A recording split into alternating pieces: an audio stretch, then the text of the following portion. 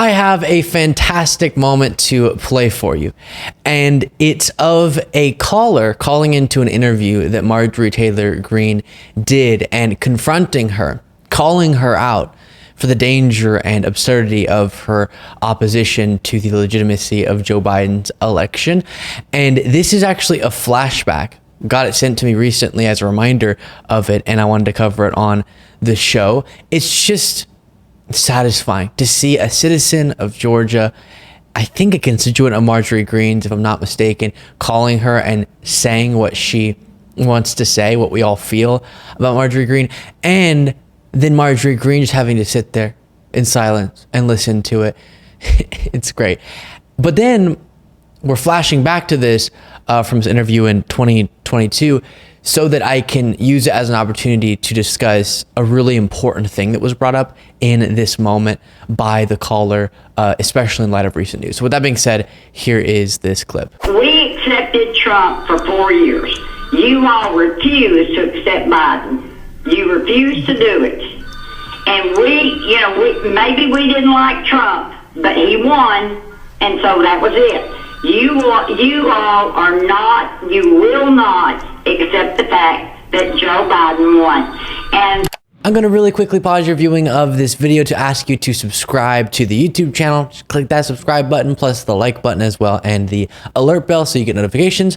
Back to it. That is the whole thing. You're not going to accept it. You're going to keep on and just peck.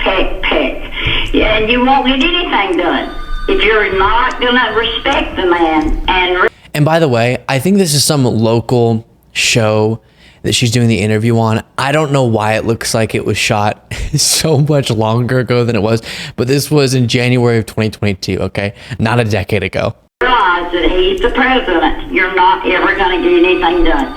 You've got to work together, and you are not doing it. You're not doing it. And neither are the other Republicans. They're just going with Trump. No, he didn't win it. He didn't win it. And wasted all the money in Georgia to have to count the votes 3 times because he said he won and he didn't. So great to see. And I'll play another viral confrontation of a Republican also from some time ago in just a little bit, but first to respond to that.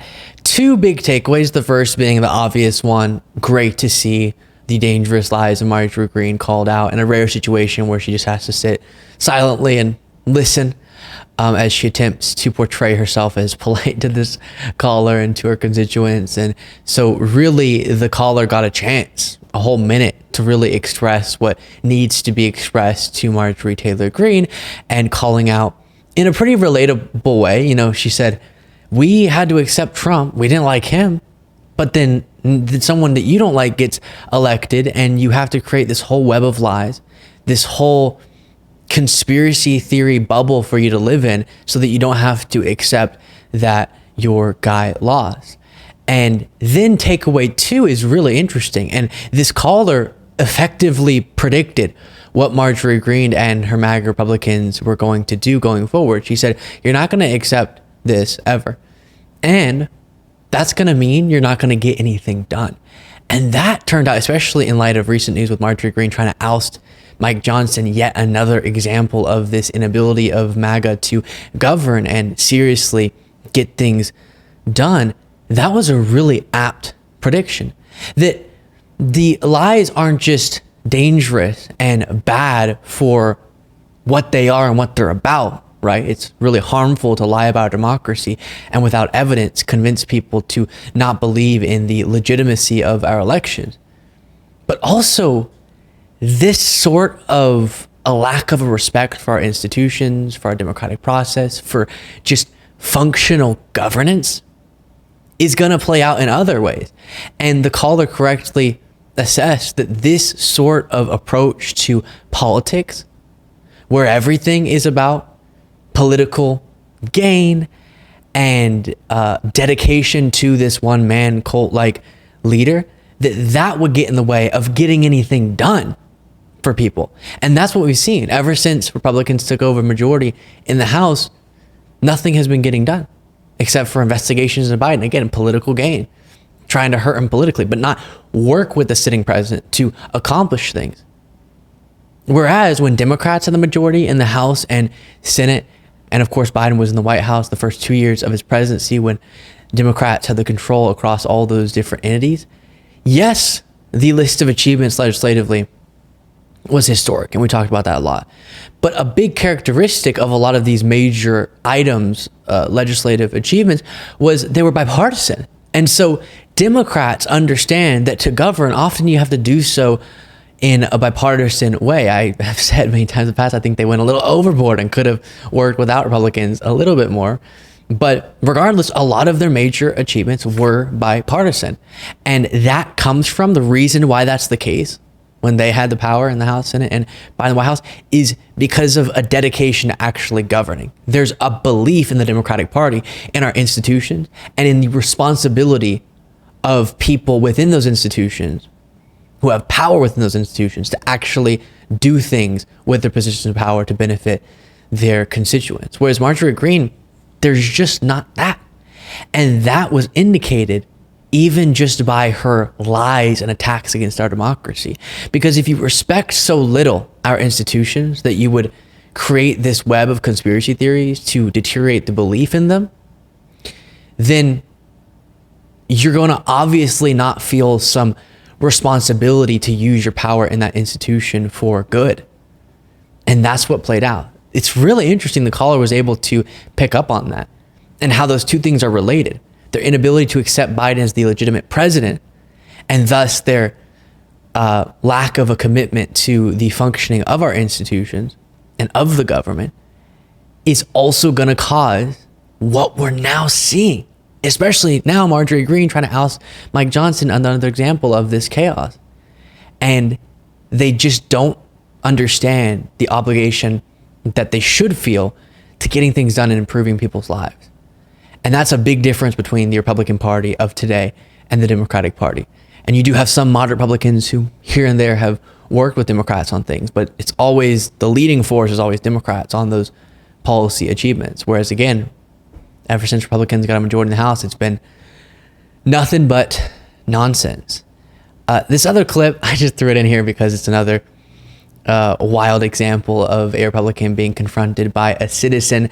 In this case, at Starbucks, Florida Senator Rick Scott being shouted at by a resident of Florida. It doesn't work. In fact, you cut Medicaid, so I couldn't get Obamacare. You're an asshole. You don't care about working people. I'm not talking to you. You don't care about working people. You should be ashamed to show your face around here. We got 1 million jobs. 1 million jobs? Great. Who here has a great job? You should. Or is looking forward to finishing school? You really feel like you have a job coming up? You stripped women of access to public health care. Shame on you, Rick Scott. We depend on those services. Rich people like you don't know what to do. When poor people like us need health services, you cut them. Shame on you, Rick Scott. You're an embarrassment to our state. So that was also in 2022. I guess those have been really close together. My goodness. And, you know, Rick Scott is one of the worst senators, for sure. And he's the one, and we can't forget this, that crafted that plan to have Medicare and Social Security as a part of all federal programs sunset every, they can sunset every 5 years if it's not re-upped by Congress. Now, we've seen the efficacy, as I was saying, of governance of Congress lately, especially because of Republicans, and that would be horrible. You'd be putting Medicare and Social Security on the chopping block every 5 years. That was a part of his plan to make America better. Yikes. And you'll remember this moment from the State of the Union when Biden called that out and Republicans pretended like they never heard of such a plan. Instead of making the wealthy pay their fair share, some Republicans want Medicare and Social Security to sunset. I'm not saying it's a majority. Let me give you, anybody who doubts it, contact my office. I'll give you a copy. I'll give you a copy of the proposal. That means Congress doesn't vote. Well, I'm glad to see you. And I tell you, I enjoy conversion. You know, it means if Congress doesn't keep the programs the way they are, they'd go away. Other Republicans say, I'm not saying it's a majority of you. I don't even think it's even a significant, but it's being proposed by individuals. I'm not politely not naming them, but it's being proposed by some of you. Look, folks. So a pretty iconic moment, but indeed Biden was accurately assessing Rick Scott's plan.